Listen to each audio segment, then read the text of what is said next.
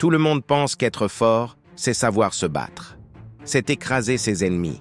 C'est la vengeance. Nous avons tous cru ça. Thorfinn aussi le croyait. Mais regardez-le. Regardez ses yeux. Ce n'est plus la rage qui les brûle. C'est quelque chose de bien plus terrifiant pour un guerrier ordinaire. C'est la paix absolue. Bienvenue dans le dojo. Aujourd'hui, nous n'analysons pas seulement un anime. Nous disséquons l'âme d'un guerrier pour comprendre comment on passe de la bête sauvage au véritable stoïcien. Le stoïcisme, ce n'est pas supprimer ses émotions. C'est comprendre ce qui dépend de nous et ce qui n'en dépend pas. Thorfinn a passé son enfance esclave d'une seule chose, la haine d'Askeladd.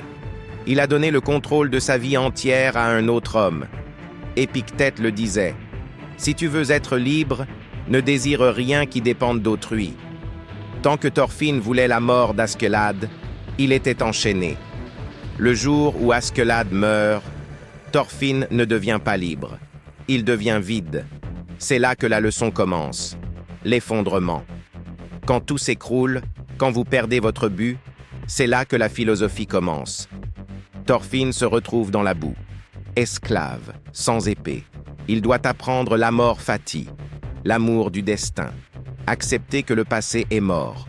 On ne peut pas venger le passé. On ne peut que construire le présent. Il découvre alors la plus grande des vérités, je n'ai pas d'ennemi. Ce n'est pas de la faiblesse. C'est la force ultime.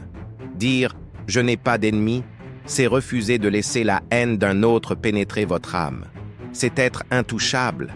Un vrai guerrier n'a pas besoin d'épée, car sa force ne vient pas de ce qu'il peut détruire, mais de ce qu'il peut endurer sans se briser.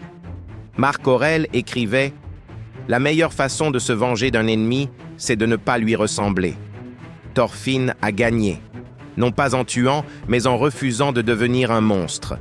À vous maintenant. Quel est votre combat? Quelle colère portez-vous qui ne sert à rien? Déposez l'épée, rejoignez le dojo, abonnez-vous. Devenez vous aussi un vrai guerrier.